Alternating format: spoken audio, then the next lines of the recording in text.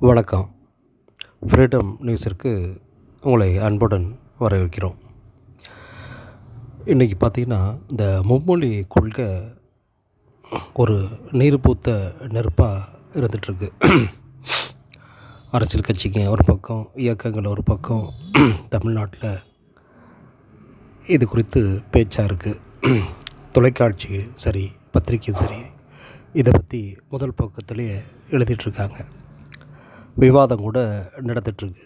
சரி, என்ன தான் பிரச்சனை அப்படின்னு சாமானிய மக்களுக்கு, அதாவது படித்தவங்களுக்கெல்லாம் எல்லாம் தெரியுது. இந்த படிக்காத பாமர மக்களுக்கு, சாமானியர்களுக்கெல்லாம் என்ன தாங்க பிரச்சனை அப்படின்னு பேசிக்கிறாங்க. ஒருத்தர் ஹிந்தி எதுக்குன்னு கேட்குறாங்க. சில பேர் ஹிந்தி படித்தாதான் என்ன அப்படின்னு சில பேர் கேட்குறாங்க. சரி, என்ன தான் பிரச்சனை? அதாவது 1965 இந்த பிரச்சனை மிகப்பெரிய அளவில் போராட்டம் நடந்து, அப்போ மத்திய அரசில் பிரதமர் இருந்த திரு லால் பகதூர் சாஸ்திரி அவர்கள் வாக்கு கொடுத்தாங்க. அதன் பிறகு தமிழ்நாட்டில் காங்கிரஸ் தோல்வியடைந்து திராவிட முன்னேற்ற கழகம் ஆட்சிக்கு வந்தது. அறிஞர் அண்ணா அவர்கள் தமிழக முதல்வராக பொறுப்பேற்றார்கள். அப்போது இந்த இருமொழி கொள்கை என்று சட்டம் இயற்றப்பட்டது. சரி, அப்போ அதோடு பிரச்சனை முடிஞ்சிருச்சு.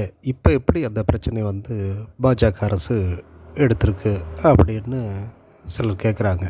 சரி, பார்ப்போம். இது மத்தியில் இருக்கிற பாஜக அரசு புதுசாக ஒன்றும் முட்டை போடலங்க. ஏற்கனவே காங்கிரஸ் கட்சியில் போட்ட முட்டையை தான் இப்போ பொறிச்சிட்ருக்காங்க. அதை முதல்ல புரிஞ்சுங்க. இந்த விஷயத்தை பார்க்குறதுக்கு முன்னாடி முதல்ல நாம் ஒன்றை தெரிஞ்சுக்கணும். அதாவது இப்போ மேதின பூங்கா சென்னையில் அப்போதைக்கு நேப்பியர் பூங்காவாக இருந்துச்சு. அந்த இடத்துல அறிஞர் அண்ணா அவர்கள் பேசினாங்க ஒரு முறை. அவங்க என்ன சொன்னாங்கன்னா, அதாவது அறிஞர் அண்ணா அவர்கள் என்ன சொன்னாருங்கன்னா, மொழி பிரச்சனையை பொறுத்த வரைக்கும், அதாவது இருமொழி கொள்கை, மும்மொழி கொள்கையை பொறுத்த வரைக்கும் என்னால் ஆனதை நான் செஞ்சிட்டேன். தில்லியில் உள்ள தலைவர்கள் அவர்களால் என்ன செய்யணுமோ அதை செஞ்சிட்டாங்கன்னு சொன்னார்.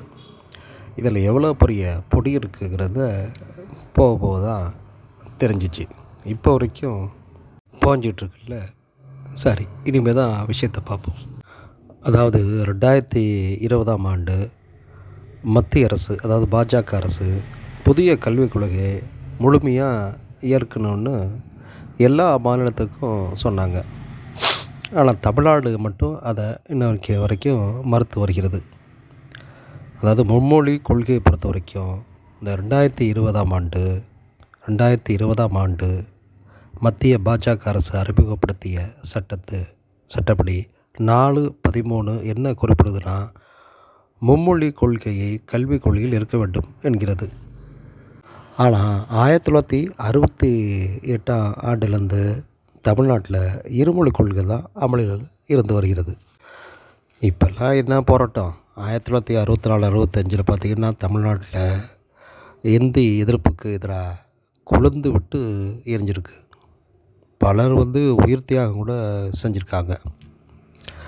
இதை பார்த்துட்டு அப்போதைக்கு இந்திய பிரதமராக இருந்த திரு லால் பகதூர் சாஸ்திரி என்ன பண்ணாங்கன்னா, ஒரு வாக்குறுதியை கொடுத்தாங்க. அதாவது இந்தி பேசாத மாநிலம் அவர்கள் விரும்பும் வரைக்கும் இந்தியும் ஆங்கிலமும் இணைப்பு அலுவல் மொழியாக தொடரும் என்று வாக்குறுதி அளித்தார். இதன்படி மத்திய அரசு 1967 அலுவல் மொழிகள் திருத்த சட்டம், அதாவது 1967 த அஃபீஷியல் லாங்குவேஜ் அமெண்ட்மெண்ட் ஆக்ட் 1967 என்ற இந்திய அரசு சட்டம் கொண்டு வந்துச்சு. அந்த சட்டப்படி பார்த்திங்கன்னா, இந்தி மட்டுமல்லாமல் ஆங்கிலமும் ஆட்சி மொழியாக தொடரும் என்பது தான் இந்த சட்டம் வழிவகுத்தது. இது இந்தி பேசாத தமிழ்நாடு உட்பட பல மாநிலங்களுக்கு பெரும் இனிப்பு செய்தியாக அமைஞ்சிச்சு. ஆனால் அங்கே தான் நிற்கிறான் சந்திரன் என்பது போல் நாடாளுமன்றத்தில் அப்போதைக்கு ஒரு தீர்மானமும் கொண்டு வந்துச்சு மத்திய அரசு. அந்த தீர்மானத்தில் என்ன இருந்துச்சுன்னா, இந்திய நாடு முழுவதும் வளர்க்க வேண்டும். குறிப்பாக மும்மொழி கொள்கையை வளர்த்தெடுக்க வேண்டும் என்பதுதான் அந்த தீர்மானத்துடைய முக்கிய சாராம்சமாக இருந்தது. அதாவது எப்படின்னு கேட்டிங்கன்னா, எல்லா மாநிலத்திலையும் கலந்து பேசி மும்மொழி கொள்கையை உருவாக்க வேண்டும் என்பதுதான் அந்த தீர்மானத்துடைய முக்கிய ஷரத்தாக இருந்துச்சு. என்ன அந்த தீர்மானம்னு பார்த்தீங்கன்னா, அதாவது இந்தி பேசுகின்ற மாநிலங்களில் அங்கே இந்தி, ஆங்கிலம் தவிர தென்னிந்திய மொழிகளில் ஒன்றை கற்றுக் கொடுக்க வேண்டும். அதே போல் இந்தி பேசாத மாநிலங்களில் அந்தந்த பிராந்திய மொழி ஆங்கிலம் தவிர இந்தியும் கற்றுக் கொடுக்க வேண்டும் என்பது தான் அந்த தீர்மானத்தில் முக்கிய ஷரத்து. மேலும் அந்த தீர்மானத்தில் ஒரு சட்டத்தை கொண்டு வந்துவாங்க மத்திய அரசு. அதாவது இந்த மத்திய அரசு பண்ணியிருக்கு இல்லையா, அதில் தேர்வு செய்யும் பணியாளர்கள் இந்தியோ ஆங்கிலமோ கண்டிப்பாக அறிய வேண்டும் என்பது தான் அந்த தீர்மானத்தின் மற்றொரு கருத்தாக இருந்துச்சு. சும்மா சொல்லக்கூடாது. இந்த தீர்மானத்தை அறிஞர் அண்ணா அவர்கள் கடுமையாக எதிர்த்தார்கள். இதில் முக்கியமாக என்ன பார்க்கணுன்னா, நாடாளுமன்றத்தில் தீர்மானம் மட்டும் கொண்டு வரல. 1968 ஜனவரி 8ஆம் தேதி ஆட்சி மொழி திருத்த மசோதா குடியரசுத் தலைவர் ஒப்புதலோடு தீர்மானமும் நிறைவேற்றது தான் முக்கியமானது. இதையடுத்து 1967ஆம் ஆண்டு இந்த இந்தி மொழி பிரச்சனையால் காங்கிரஸ் தமிழகத்தில் படுதோல்வி அடைந்தது. அப்போது திராவிட முன்னேற்றக் கழகம் பெரும்பான்மையாக வெற்றி பெற்று ஆட்சி அமைந்து அறிஞர் அண்ணா அவர்கள் முதல்வர் ஆனாங்க. உடனே தமிழ்நாட்டில் மும்மொழி கொள்கையை நீக்க வேண்டும் என்று அறிஞர் அண்ணா தலைமையிலான திராவிட முன்னேற்றக் கழக அரசு முடிவு செஞ்சிச்சு. இதற்கு திராவிட முன்னேற்றக் கழகம் முழு அதிகாரமும் அறிஞர் அண்ணா அவர்களுக்கு கொடுத்தது. இந்த தீர்மானம் தமிழ்நாடு சட்டமன்றத்தில் கொண்டு வந்தது. அப்போது கல்வி அமைச்சராக அந்த திரு நெடுஞ்செழியன் அவர்கள் இந்த தீர்மானத்தை கொண்டு வந்தாங்க. திமுக அரசு கொண்டு வந்த அந்த தீர்மானம் 2 தீர்மானமாக போட்டாங்க. ஒன்று மத்திய அரசுக்கு, இன்னொன்று தமிழ்நாடு கொண்டு வந்த தீர்மானம். மத்திய அரசுக்கு என்ன தீர்மானத்தில் கோரிக்கை வச்சாங்கன்னா, தமிழையும் மற்ற தேசிய மொழியையும் அலுவல் மொழியாக மத்திய அரசு அங்கீகரிக்க வேண்டும். இதற்கு ஏற்றாற்போல் அரசியல் அமைப்பு சட்டத்தை திருத்த வேண்டும். அது வரைக்கும் ஆங்கிலமே அலுவல் மொழியாக இருக்கணும். இந்தியை திணிக்கும் மத்திய அரசின் திட்டத்தை இந்த மன்றம், அதாவது தமிழ்நாடு சட்டமன்றம் ஏற்காது என்றும் தீர்மானம் நிறைவேற்றப்பட்டுச்சு.